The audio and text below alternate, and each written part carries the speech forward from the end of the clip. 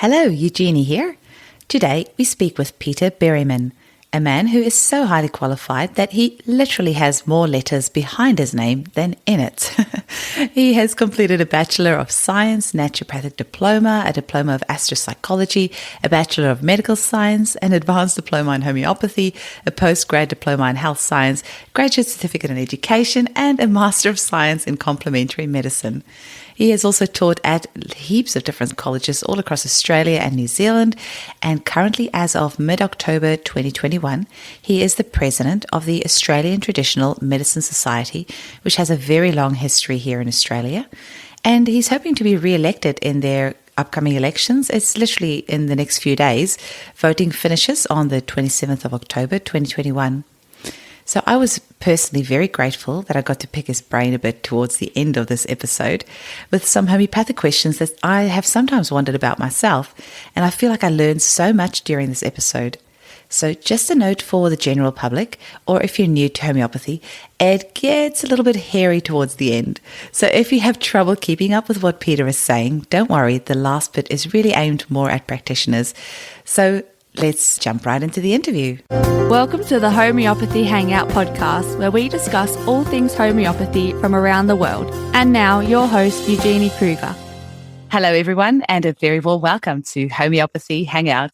Today, we are hanging out with Peter Berryman, who has too many hats on and too many titles after his name for me to mention. So I will be doing a separate recording to actually add all of those because he literally has more letters behind his name than in his name. So Peter Berryman, welcome.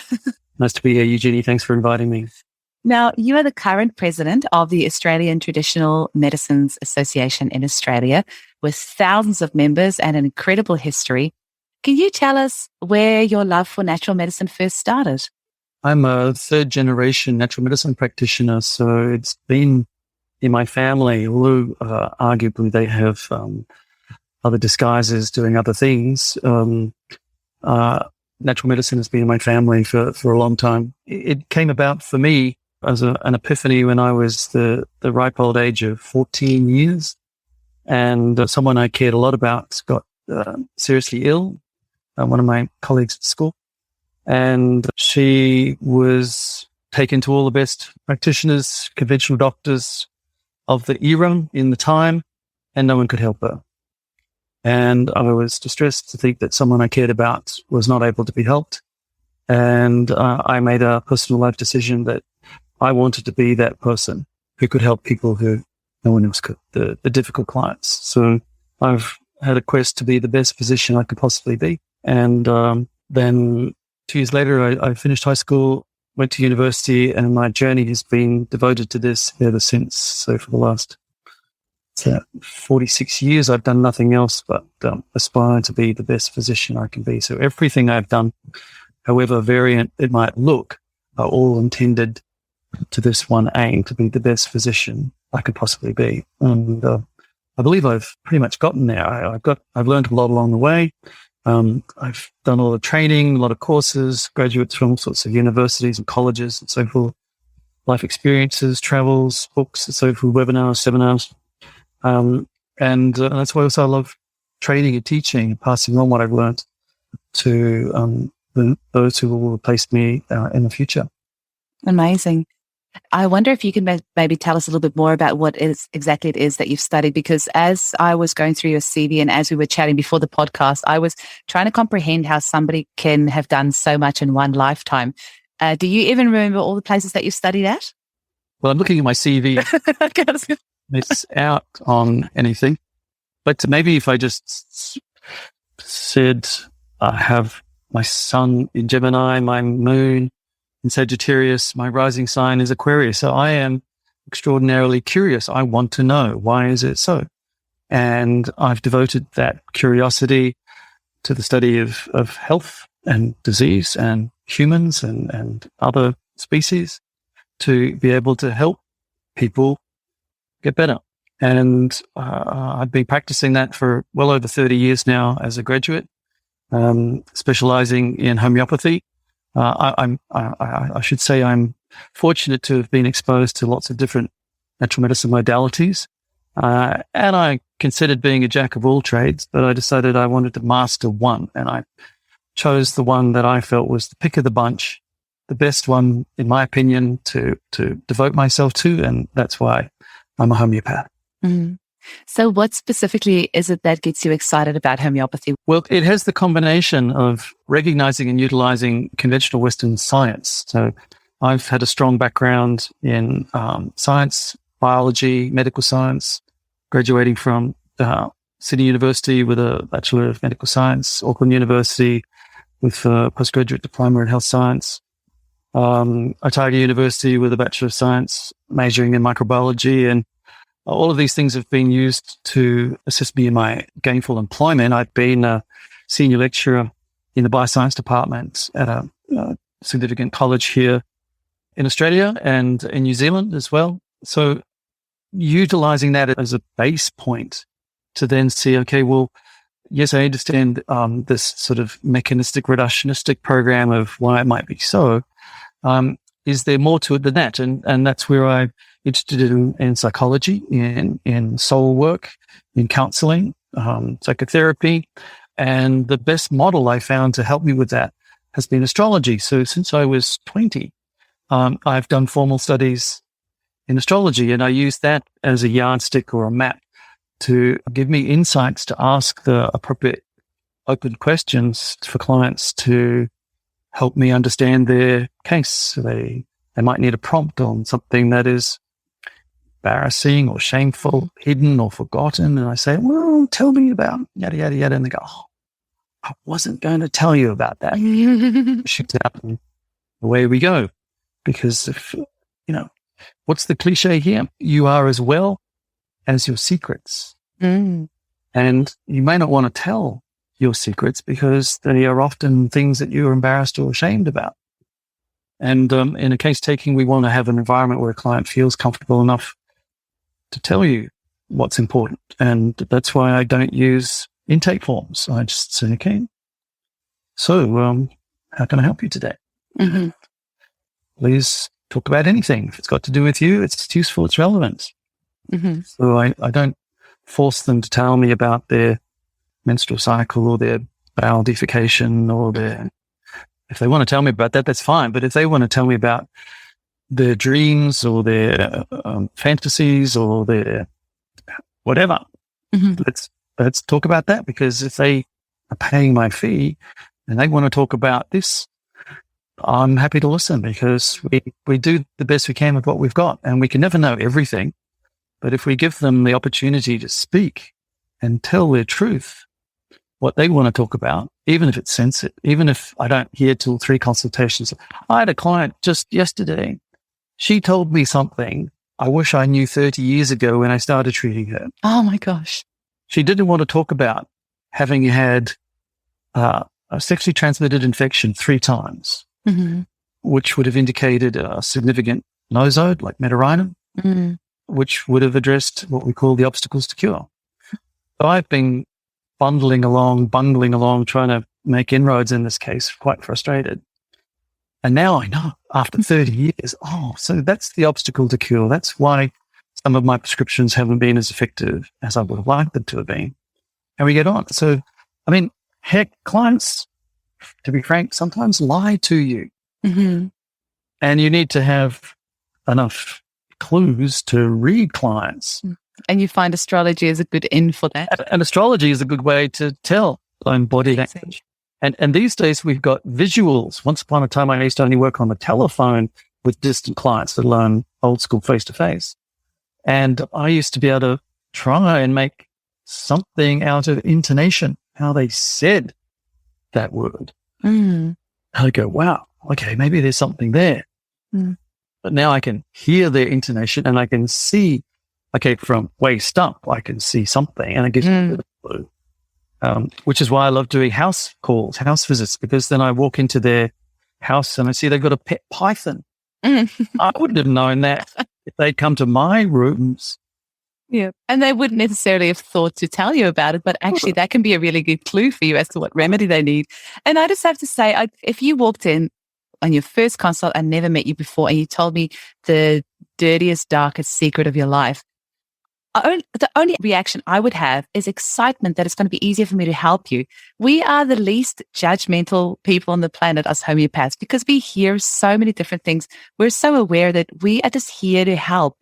We don't care if you have whatever you've done in your life. We just want to help you. That's the only reason why, we need to know this information. So it's sad that it took her 30 years, but it's wonderful that she finally could tell you so that you can actually help her, because that's all we're here to do.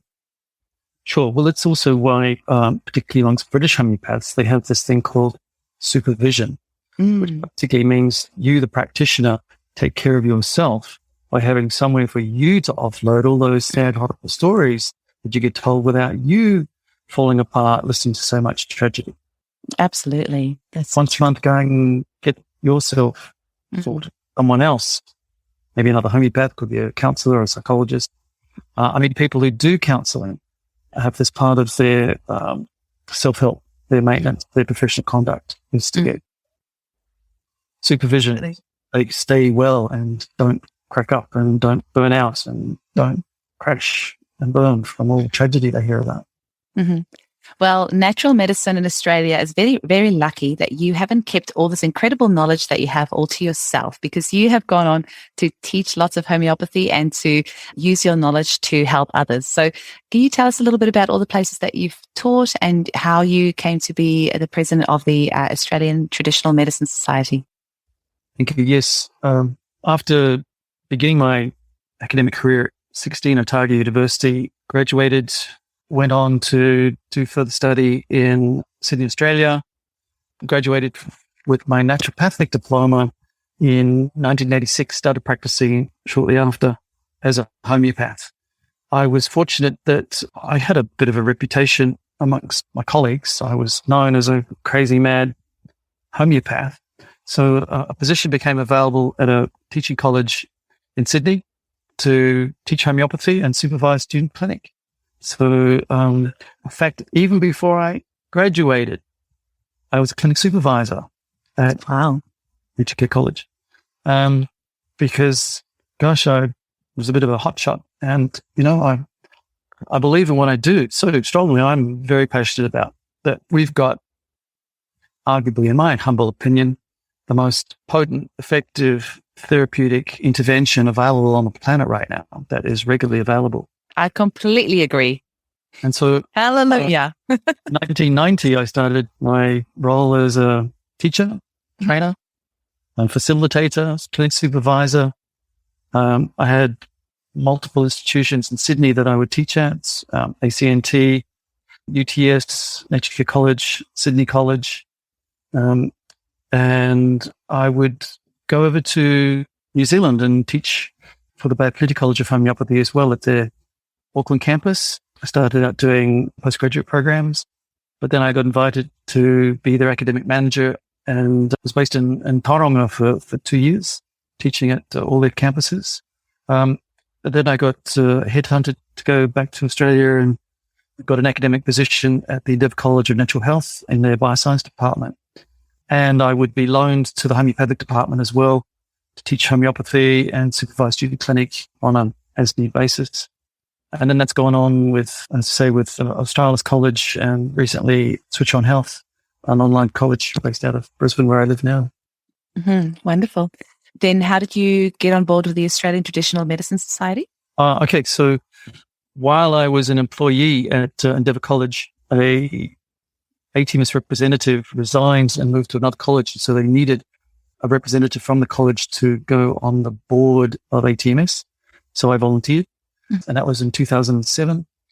And so I've been on the board ever since. Then I was elected by the membership to be a dependent, what they call an ordinary director rather than an independent director since 2013. And since 2017, the board have elected me to be their president for the last 5 years. Mm-hmm. And you've got an election coming up, I hear? Yes. So every 3 years, the tenure expires of the current directors. So my 3-year tenure expires at the end of this calendar year. So I've renominated to take another 3-year tenure if the membership deem it so. It's a democratic process. The elections are open right now through to the 27th of October.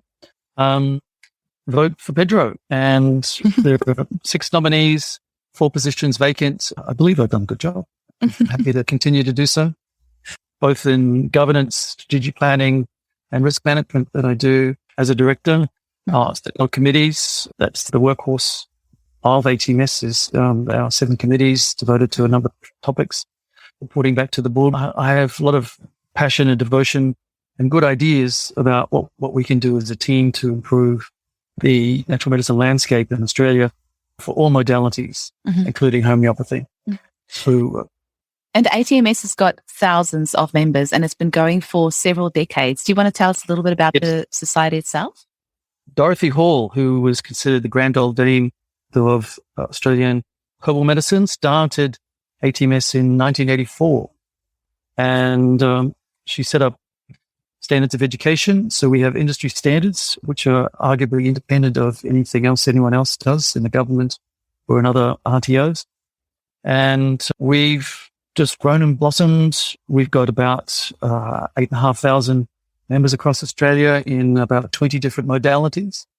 So it keeps me universal, because as crazy as I am about homeopathy, I'm very sympathetic that clients may find their niche with massage, reflexology, iridology, acupuncture, osteopathy, chiropractic.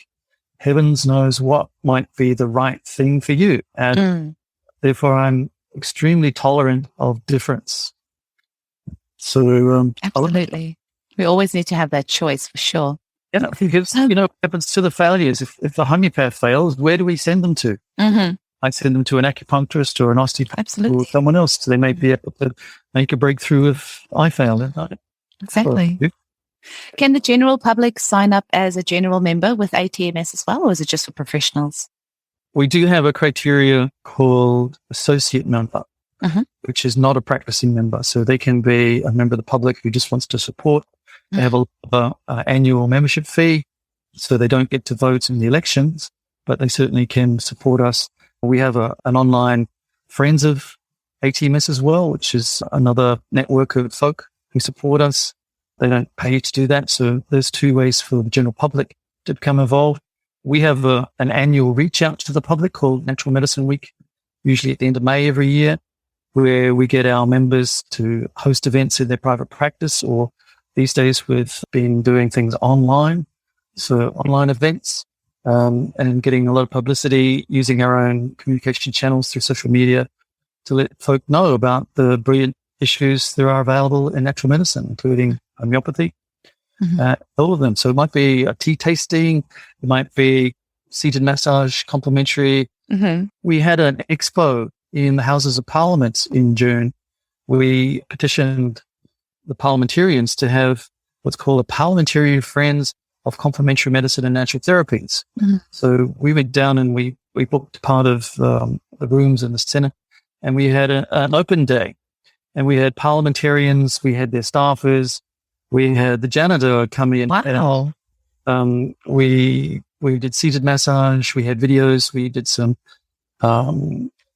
testing, some functional testing. That's nutritionists know about that. And I was in charge of the tea table. And bespoke herbal tea preparations, a bit of this, a bit of that, to help you with something simple. And what was the reception like? Like, how did they loved it? Really? It was all free. Our sponsors helped cover the costs of the ones we were giving away and the teas we were giving away. But our lobbying endeavor here on behalf of ATMS and our membership is to improve the people who work at Parliament House. There are over 7,000 people per day work at Parliament House on an average day, to let them know what really is natural medicine, because they may have weird and crazy ideas about what it is and isn't. So if we can work from the janitor all the way up to the minister about what it is that we do, and a little teaser of this and that, then when it comes to voting on critical issues like the entry report or finance issues or GST exemptions and sorts of things that we care about, we can feel as though we've made a little bit of difference in their awareness of what it is, rather than something skeptical or perverse even. That's such a brilliant idea. Whoever came up with that idea deserves a gold medal. That was very smart. It was one of the directors on the ATMS board. Brilliant. Just committee, and she's up for re-election. Christine Pope. excellent. It's wonderful just getting the person behind the therapy, or like you said, perverse even. I always laugh, but in Laurel Chaitin's documentary, Just One Drop, she asked people on the street, what do they think homeopathy is? And one guy says, oh, homeopathy is when you touch yourself in a weird way. People do think all sorts of weird things about natural medicine. So you guys actually going there and showing them what it is and getting them a taste of it. I think that's brilliant. Sure. It's an extension of what we do with natural medicine. We do that in collaboration with other associations, and other associations are welcome to take this opportunity of going to Parliament House and utilising this facility that we've got going. And, we've got sympathisers to senators, members of Parliament, ombudsmen, staffers, all the way down to people who sweep the floor at night. So wonderful. Want to make a difference. Yeah. And actually, speaking of Just One Drop, I hope most of our regular listeners of this podcast have watched the documentary by now. Certainly, we've talked about the NHMRC report a few times. Jerry Dendrinos in our second episode kind of went into the whole NHMRC report and what that's meant for homeopathy in Australia. And that is still going on at the moment. And I know just the other day you had another meeting with the ombudsman, they're just trying to get to the centre of all of this. But when all of that happened, that NHMRC report, suddenly you could not study homeopathy in Australia anymore. And I think there's been about 3 or 4 years where there was nowhere in Australia where you could study homeopathy. And just recently, there is a school called Switched On Health, which have received their registration with the ATMS. And I'm so excited that we can now study homeopathy in Australia again. So that's pretty amazing. Can you tell us a bit about that? Yes. Once upon a time was a health training package for the 4 ingested modalities, including advanced diploma of homeopathy. That was cancelled in 2015. It was taught out by the end of 2018. And that leaves a significant hole in a potential pathway for potential students to be practitioners that they can't do an advanced diploma. So RTOs had to drop it, because they have this government mandate, and if the government has dropped the health training package, you can't teach the government program. So Switch On Health, Nature College you might want to call them gone rogue. They've got a independent government-free program, as in not tied to government shoestrings and purse strings.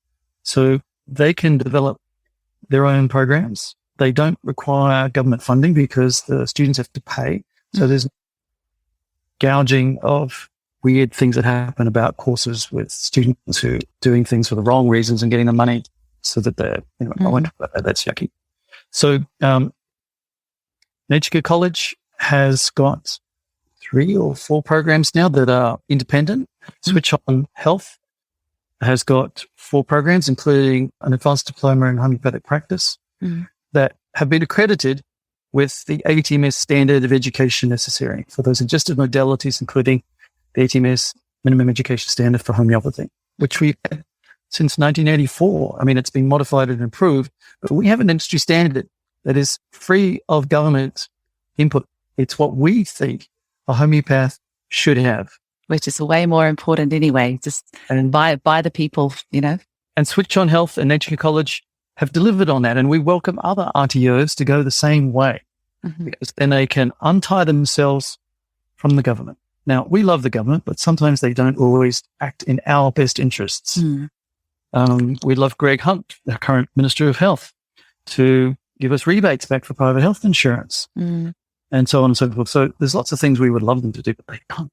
No. So do we sit and wait and twiddle our thumbs, and do we knock on the door and make appointments? Yes, we try. But if they don't want to do it, they don't do it.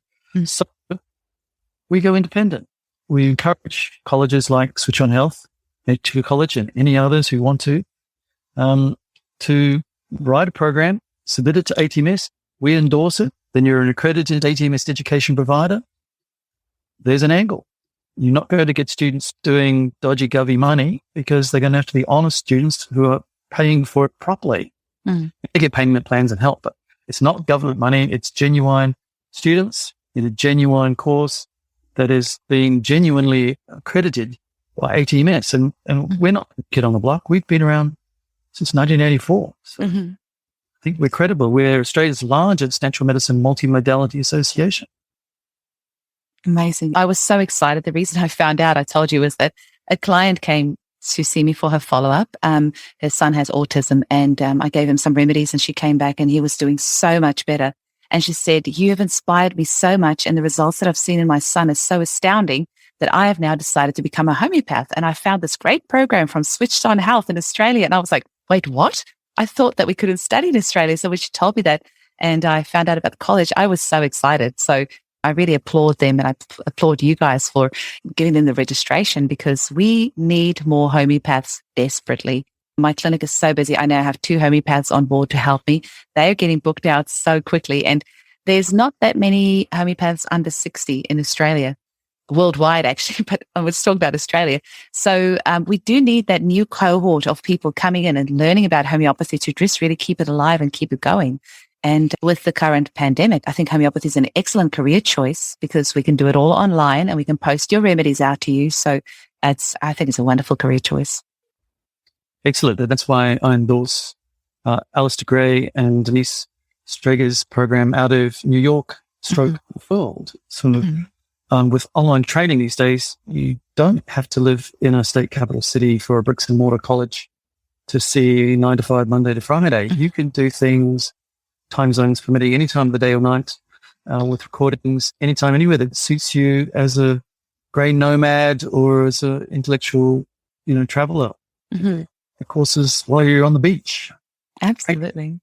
So it's unstoppable now. So I'm glad these colleges are doing that, and encourage others to do that too. And ATMS has recognized as leaders of the industry that online training is the way to go. And we have appreciated the value of face-to-face training as well as online training. And so we've made significant landmarks as to, well, how much is okay and how much is not okay. And we're the leader of the pack. So we say more is okay than most other folk. So we're quite generous, quite liberal in that regard. So wonderful. It's why folk like Martin at Switch On Health and the folk at Care want to have their programs accredited. We don't register, we accredit programs so that they can be confident that their graduates will meet our standards and become members of ATMS, so that we can continue the chaperone process of encouraging graduates to excellence and be answerable to a code of conduct, and keep themselves from getting rusty with their continuing professional education program, make sure they are safe with the public liability insurance, the state, all those sorts of things, so that we can foster the next generation. Absolutely. I wonder, Peter, would you mind sharing some cases from your clinic with us? I'll tell you the gist of a simple case. A female client came to see me. On her left breast, she'd had a mole removed. And she didn't tell me how many times the mole had been removed. And I thought it might have been once or twice. So I gave her the well-indicated remedy, and the direction of cure was induced. 16 times this flared up and down because she had had that mole removed 16 times. Wow. So when I saw the direction of cure reduced, the fourth component of the direction of cure is past unresolved problems come back in reverse chronological order. To see 16 flare-ups and settle, and flare up and settle, and flare up and settle, all as a consequence of this one remedy, I thought, oh my God, that's how it has to be. Because if she's had 16 interferences and it requires 16 revisits to undo all that interference and non-curative action, I mean, surgeons have their place, and I appreciate what they do, but it obviously had cured this issue of this mole on her breast. And not only did the mole on the breast change, but she went through a profound metamorphosis, and she remembered all sorts of unpleasant things about how her mother used to pimp her as a child. Wow. And so she had this, healing process with her mother, and an incredible change. So it wasn't just about her breast, it was about the whole woman and where she comes from. I'll give you one more quick case. Please. Female presented at age 27, but age 4, she had measles. And the measles, with its photophobia, it affected her eye, and she had one eye that turned. And the solution from the surgeons was a surgical correction to straighten her eyes up with spectacles. She had 3 surgical procedures on both eyes before I met her at 27. A simple prescription, never well since measles. You probably know the remedy. Probably belladonna. Oh, pulsatilla. They gave her pulsatilla. And what happened to her eyes? 3 times they would flare up, settle down, flare up, settle down, flare up. The first time it happened, she was quite alarmed. But then I said, you've had this interference with your eyes. And she went to the Sydney Eye Hospital and they said, there's nothing going on there. I can't see anything. There's nothing acute. You haven't had a trauma. So we deduced it was a chronic regression. Then when it happened the second time and the third time, we weren't so panicked because we said, oh, there we are. It's a curative response. You are resolving the interference of the surgical procedure on your eyes from the measles. And not only did her eyes correct, and she never needed spectacles again, but the woman went through a metamorphosis. Her gut health improved. Her skin improved. Wow. She became more outgoing than introverted. The next family event was a wedding, and no one recognized it. Oh, who's that? Oh, she's living down. She's got radiant skin. She's not got glasses on. She's out. Wow, who would believe that was someone some time ago? So that's what healing is about. That's what I feel happens when you take the Philosopher's Stone. Did you want to expand on that a bit more, the philosophy? Well, I feel that what we do when we do homeopathy well is like what is rumored to happen when someone participates in the Philosopher's Stone, that is the therapeutic healing Philosopher's Stone. Now, there's a number of Philosopher's Stones. Some turn base metals into gold. I'm not talking about that. I mean, that's a metaphor as well. But the metaphor of taking someone who is ill, someone who is leaden, and turning them into gold, someone who is healthy and radiant and blossoming and well. That's what I think we do practicing medicine. Now, it happens in other areas of life, whether you're an engineer or an artist or a sportsman. They all have their similar aspirations, but we do it as health practitioners. We take someone who is ill and we assist them on a journey to getting better, to being the best possible, given their age, socioeconomic position, gender, and so forth, to be as well as can be. And that's what a homeopath does. And that's what the healing Philosopher's Stone does. So I've done some training in alchemy.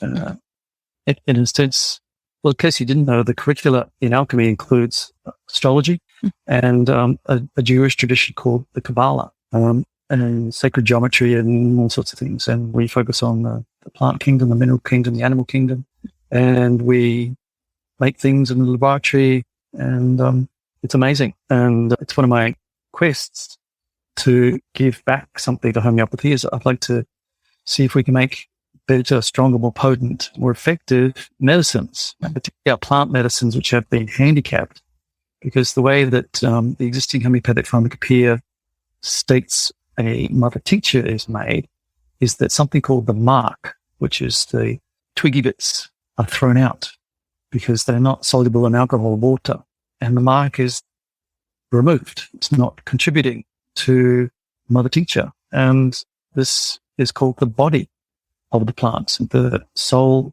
and the spirit of the plant are included, but it's lost its body, and that's, I feel, depreciated the potential of plant medicines being more powerful if their body was included. And a spagyric preparation is a mother tincture with the body of the plant included to give it more oomph than it had before we potentize it. So herbalists and homeopaths and anyone who uses plants as medicines, we could have better medicines if we included the mark. Now, what I'm thinking about is what's a process called calcination.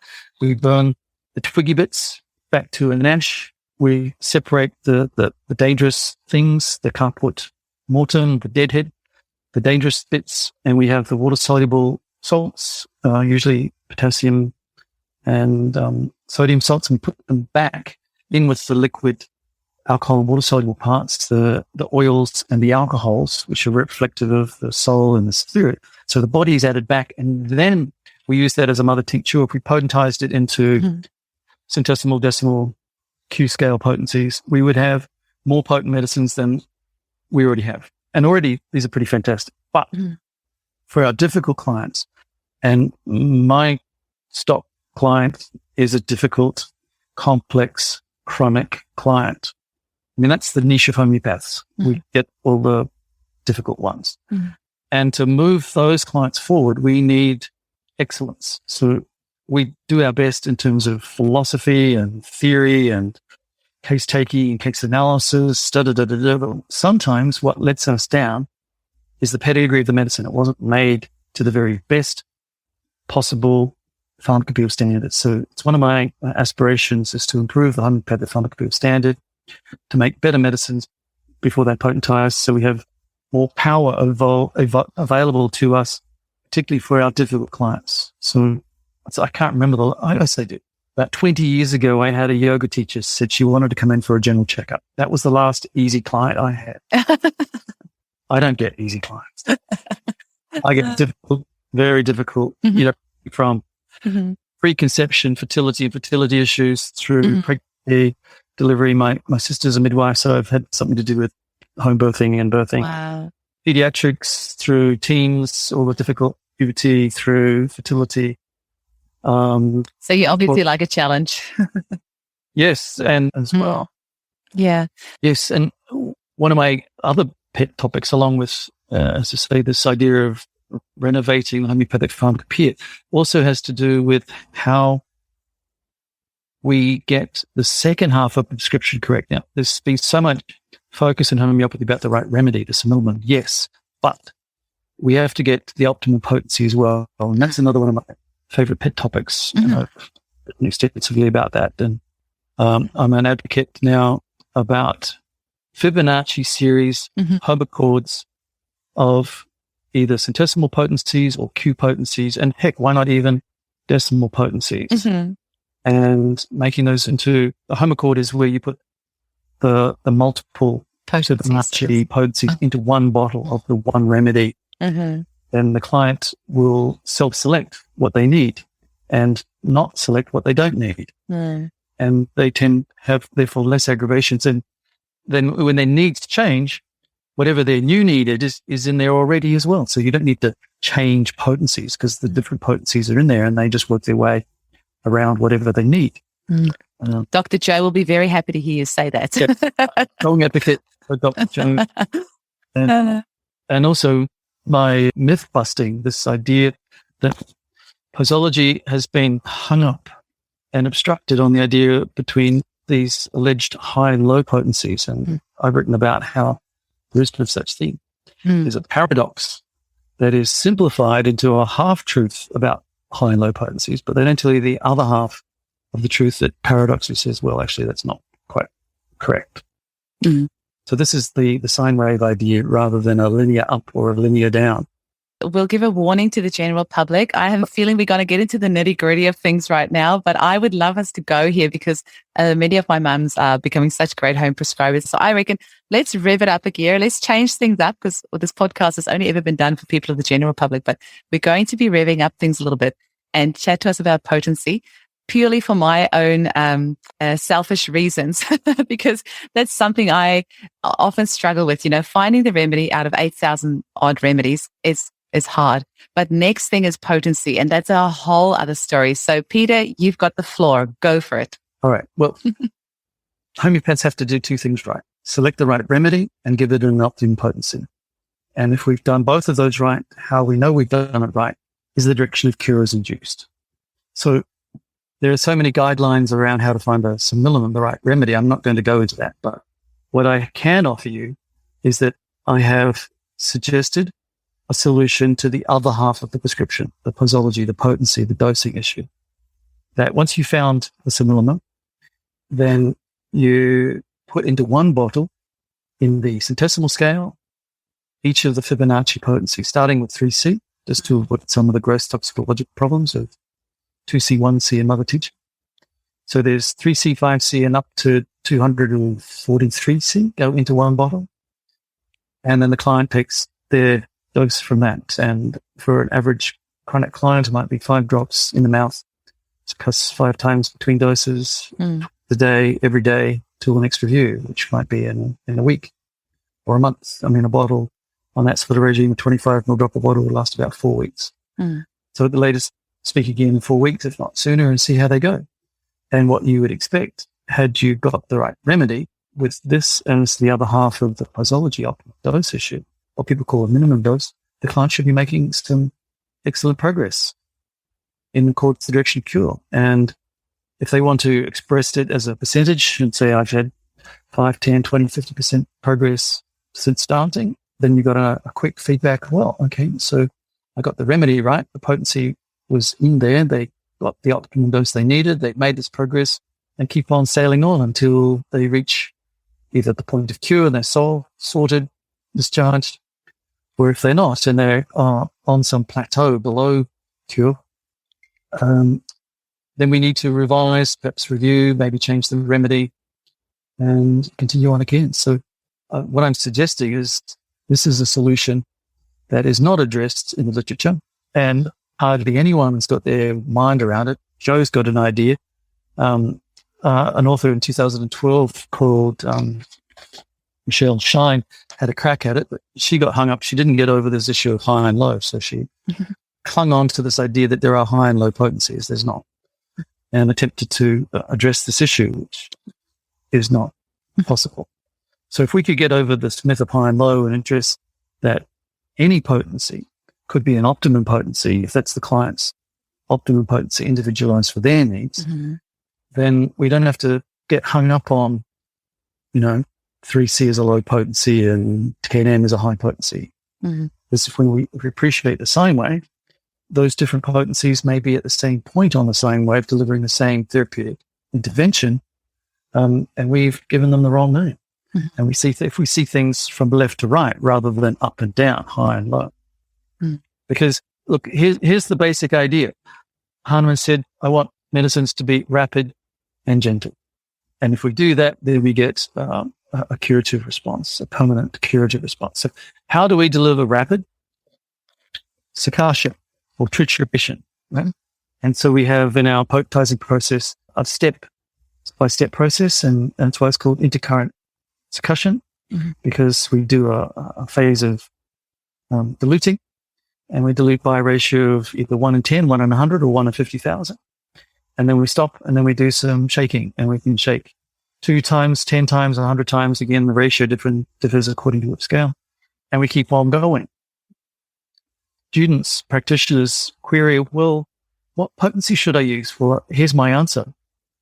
A Fibonacci homochord of all of those Fibonacci potencies, say the simple scale or the Q scale, or heck, why not even the decimal X scale into one bottle and deliver. So then there's only one thing to get right, and that's the right remedy, which is hard enough. But I'm making it relatively easy then if you get the right remedy and I've solved the posology problem, everything should come true from there. I like what you're saying. So as he was saying this, I thought I'm going to throw another sticky question your way.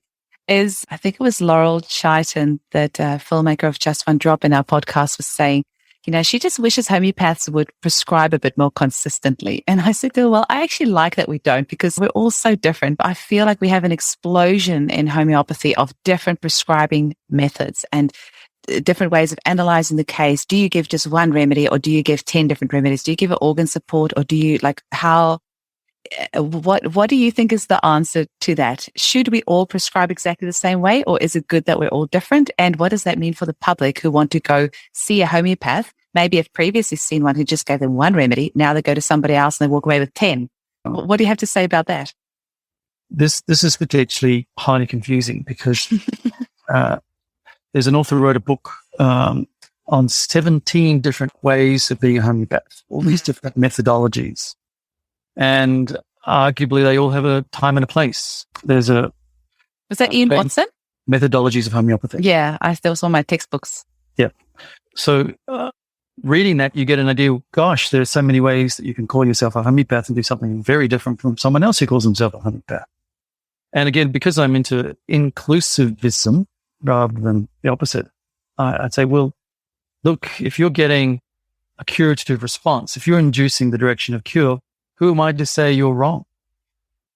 And who am I to say that I'm right and you're wrong? Because my path has been evolutionary, and things I do now, I never dreamt of. I taught myself new tricks that no one taught me, and I would have never dreamed of them. So these things I pass on to my students and in my writings, because I want to leave a legacy to help those behind that.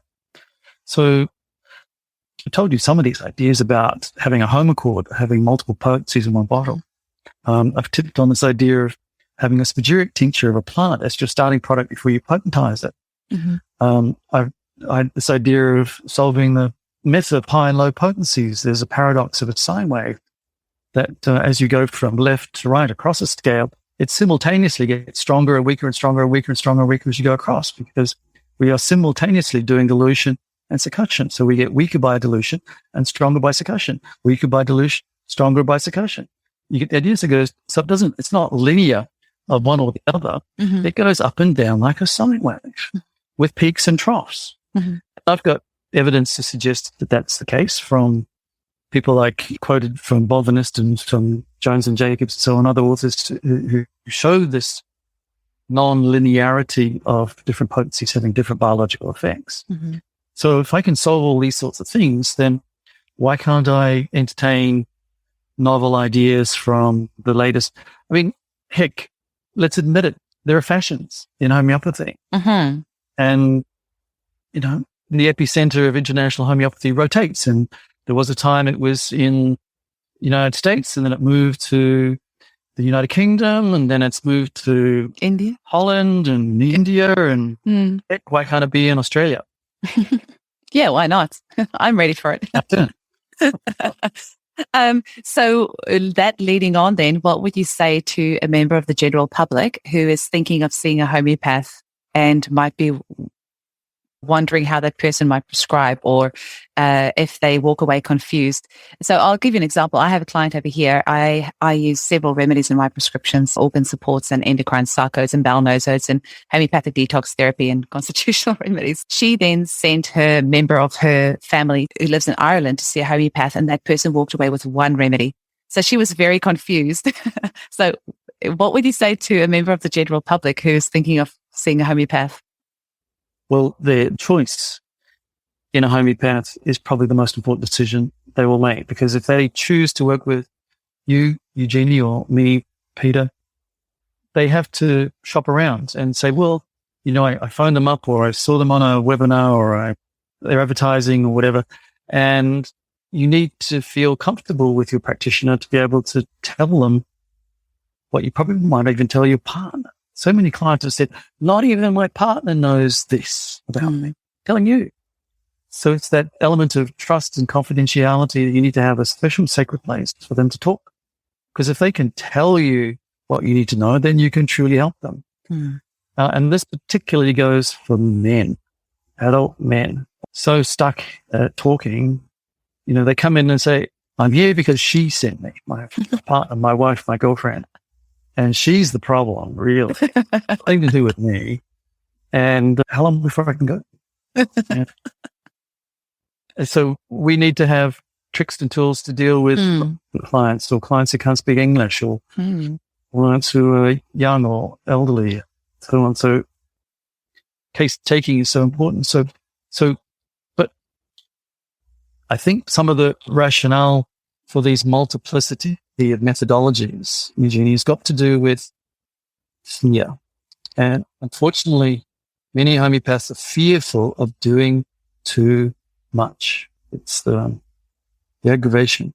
And some teachers way back, I don't know when, did some harm to someone and have perpetuated this fear that has emasculated many a homeopath.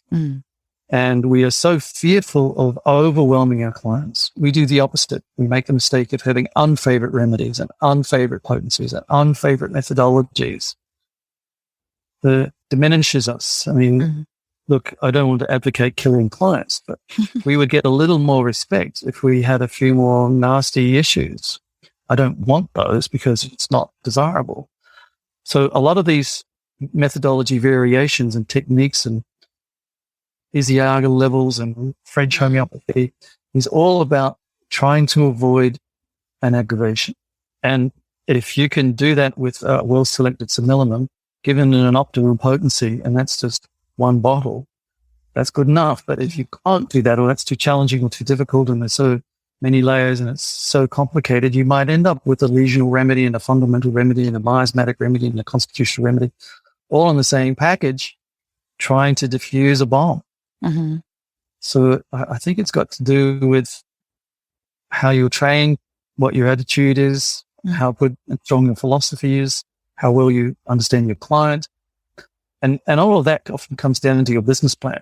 Are you dictated in your time by dollars? You know, if you've got a 7.5-minute consultation because you need that throughput of clients, as GPs do, it's going to dictate how they do their work. You want one simple problem, one simple prescription, next, so on throughput. Whereas, as a homeopath, we typically give clients lots of time.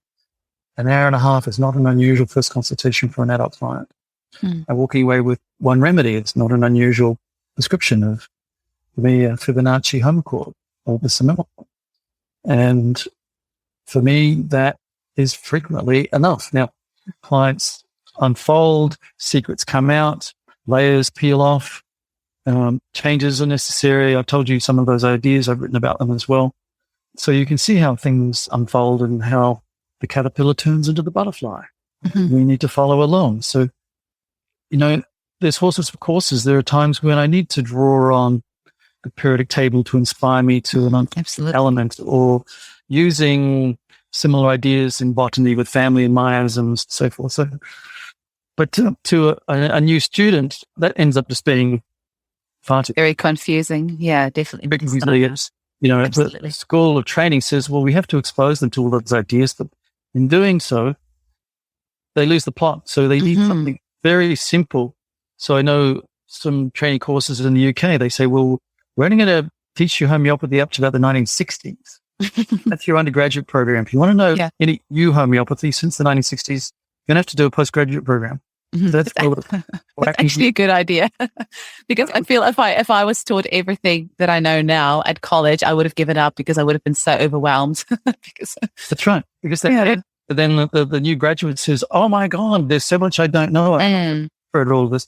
Whereas if you had one simple, reliable technique, heck, you know, there's been a resurgence in the Bonninghausen method for the Baron. And that might be a good place to start. They teach that in German universities and their medical schools to their students. Some very simple. And they can do, if they do that well, that's a great start. They can still get great results. Absolutely. So I reckon, Peter, we should end up on a little bit of fun. And I'm going to ask you your top 3 homeopathic remedies that you personally can't live without, and why. Well, you're asking me to fall into the trap of having favorite and non-favorite. I'm acknowledging the philosophical trap you're endorsing. So here goes. I've only got one, and it's the one that I think is the closest to the homeopathic philosophy stone for healing. Okay. So arguably you don't need anything else. It's the guy's name in Melbourne who runs a homeopathic course. He has facial diagnosis. He has colours associated to the major miasms. He has yellow Phthora, red psychosis, and I know the one you're meaning. I can't think. Oh yes. Right? And then the mixing of those 3 primary colours, you get the other colours. Okay, so if you mix the 3 primary colours, you get brown. Okay, so brown has red, yellow, and blue in it. So that's why I'm starting a simple, I won't give you the whole argument, but simple argument for why a medicine nicknamed brown is the most repulsive thing you could think of as what the alchemists call your prima materia. So alchemists who heard this thought, oh, it's going to be feces, or it's going to be urine. That's the most repulsive thing I can think of, shit and poo and wheat. Well, there's something I can think of these days that would be potentially more repulsive than urine and feces, and that's cancer. That's brown. So carcinosin, carcinosinum. Yeah. Most people know of it as the breast epithelioma from St. Bart's Hospital in the UK, but there is tenus Smith's version, which is a T58 rather than a T1. So 58 tumors, hey? 58 different tumors. Fibonacci series and statistical scale of T58 carcinosin brown. Okay, I will be calling Mike at Cinnamon and ordering that. You have me sold. I do love carcinosin. It's the one remedy that I have prescribed probably hundreds of times over the past decade, and I've never had an aggravation from it. I love that remedy so much. Well, this is how to avoid an aggravation.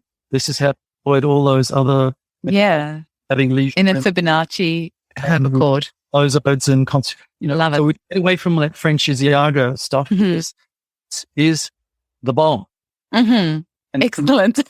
and in case, one more tip as to why this might be so special is if you know about physiology and the cell cycle, you've heard of telomeres and telomere shortening as to how you get to the Hayflick limit and why cells have planned senescence called apoptosis after 50 to 70 cycles of reproduction. And that's what death by old age is. You have enough critical cells dying in a critical organ that the organ fails and you fail, and at 115 you die. That's when you're supposed to die. Okay, so that happens because telomeres shorten. Now, telomeres in the cancer cell do not shorten. They have upregulated telomerase, the enzyme that keeps the telomeres from shortening. So they have physical immortality. In case you already know, cancer cells have physical immortality. So one of the characteristics alluded to about the philosopher's stone is it will give you physical immortality. Well, I'm not going to suggest you get physical immortality. Otherwise, we'd be having 100-year-old people hanging out, and we're already overpopulated with people. But I think what the appropriate philosophical approach is, we will get you to 115, and then you could have a critical organ failure, and then you could expire by old age. And if you die before 115, you've shortchanged yourself through whatever. Mm-hmm. So there's something about cancer and its physical immortality that will engender physical immortality in you or our clients, not literally, but figuratively, to the point of getting to the Hayflick limit at 115. Well, my mind is blown, Peter. We had like a solid half an hour chat before I started recording because you were just blowing my mind. And I was like, okay, we are going to have to start recording because you have got so much good stuff that you are just sharing so, graciously with all of us. I appreciate it so much. I just want to thank you for your time. And I feel like my mind has been blown after this podcast. Bravo. I can't wait for us to chat again. That's why I'm so passionate about education, my professional development, and passing that on as an educator, as a facilitator to the students I've ever been involved with, and why you should vote Pedro and get me on as an ATMS director and potential executive president, etc. Excellent. Thank you so much. Have a wonderful day. Thank you. Bye, Eugene. Bye. Hi homies, there are 2 incredibly exciting courses coming up that I want to share with you and for which I've managed to secure an awesome discount. The first course is with Anke Zimmerman, who featured on episode 38 of the show, and the second course is with Giovanna Franklin, who featured on episodes 103 and 146. Let me tell you a bit about Anke's course. It's for professional homeopaths who are interested in helping children affected by autism and related developmental challenges, as well as dedicated autism parents with a strong background in homeopathy. The 6-month course starts October 7th and will run once a month on Saturdays from 10 till 3 Pacific Time, live online, and sessions will also be recorded. Anke will present live cases for intakes and follow-ups to teach the careful case management needed for these complex children. Anke is also using integrated protocols including classical homeopathy, tautopathy, homeopathic detox, organ support, and related approaches for best results. So if you would like to learn from one of the world's leading homeopaths with 32 years of experience specializing in autism and related challenges, then you can find out more information at www.ankezimmerman.net. You can email Anke through her website and use the code HOMIES to get a $100 discount. So that's ANKEZIMMERMANN.net. The second course I want to share with you is Giovanna Franklin's new course called Gemstone Remedies for the Aquarian Age. It's a unique course that combines in-depth teaching of gemstone remedies and astrology. Homeopath Giovanna Franklin and evolutionary astrologer Brian Coulter will run 12 live monthly sessions from September 2023 until August 2024. And all listeners of the Homeopathy Hangout podcast will receive a $10 discount. For further information on the course program, contact Giovanna at info@homeopathyheal.co.uk. That's homeopathy, HEAL.co.uk. The Homeopathy Hangout podcast will receive a small commission for each sign-up, which will help me to pay for my amazing editor who puts so much work into editing the episodes, uploading them, writing show notes, and so much more. Thanks for your time.